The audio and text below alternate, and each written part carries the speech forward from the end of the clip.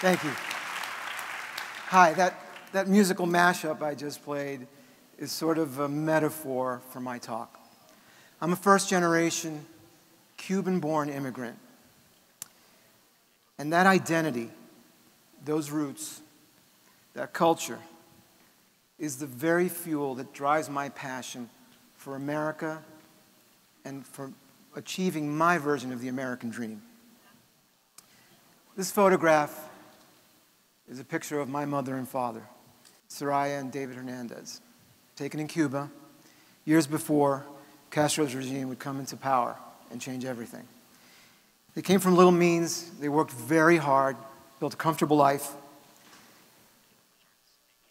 and my parents tried to raise us and take care of us in the very best way they knew how, in a country they knew and understood.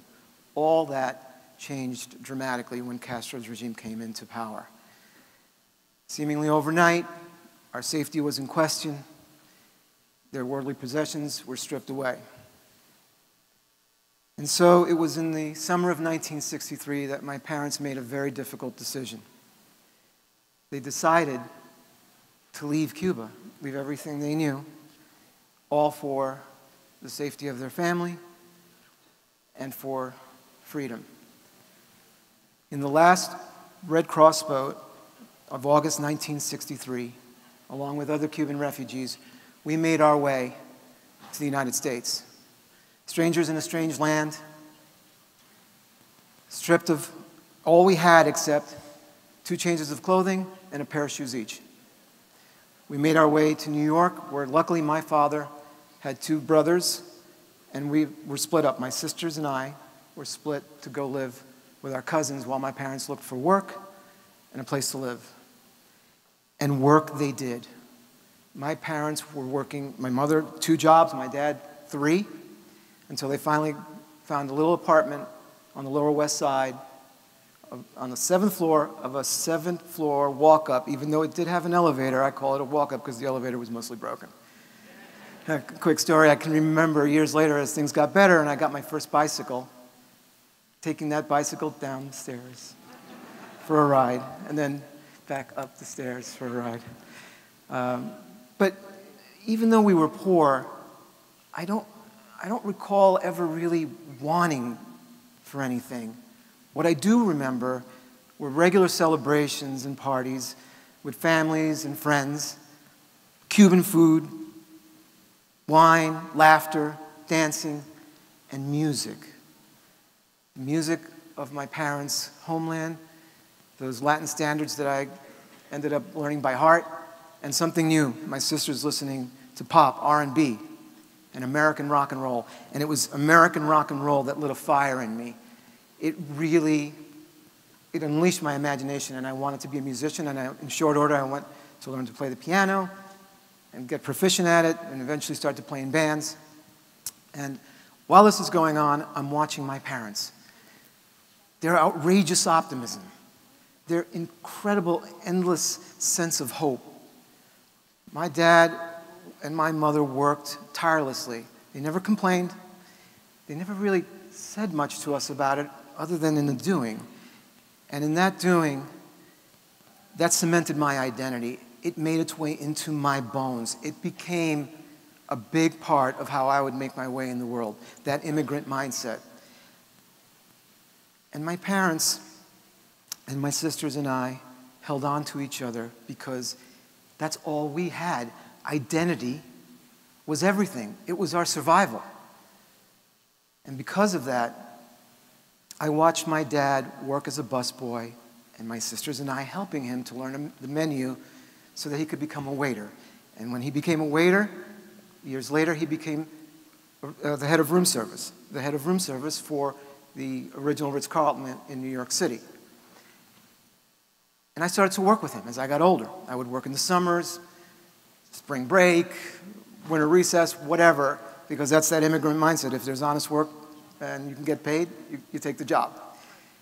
While I was doing that, I was playing in bands and I was carrying around a cassette in my pocket, a demo tape of my music, because I started to write with my songwriting partner. And anybody that looked like they were in the music business, I would hand them that cassette and say, Yeah, I'm in the business too. A quick story, we're in Asbury Park, so I have to have a Springsteen story. Bruce stays at the hotel, and I get to meet him as a young man, and of course, I start pestering Bruce. Mr. Springsteen, here's my cassette. I give him my cassette, and he was so kind. A couple of days later, he gave it back to me and sat down with me for a few minutes and kind of told me what he thought of the songs and what I should do differently, which was great. More fuel, right? Eventually, I did get that deal. A producer flew me to London, and I got to meet some of my heroes. I got to play on a charity album that included artists like Ringo Starr, the Thompson Twins, Elvis Costello, as was mentioned before. And eventually, I got to work with the Village People and co-produce and co-write and then become music director for the tour of Australia and Japan. Shortly after that, I decided I wanted to get into the music business. So I got into the music instrument business, and what I can only describe as a fever dream of job progressions. I started as a sales guy and just worked really hard, and eventually I became a vice president. And it was after that that I decided I wanted to achieve my ultimate American dream, which was to own my own business.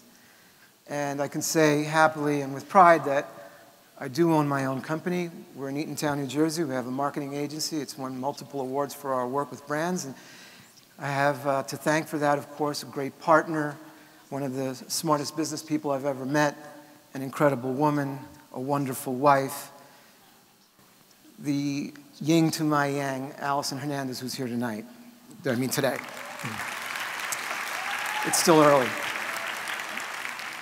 I want to end, though, where I began, with family, familia.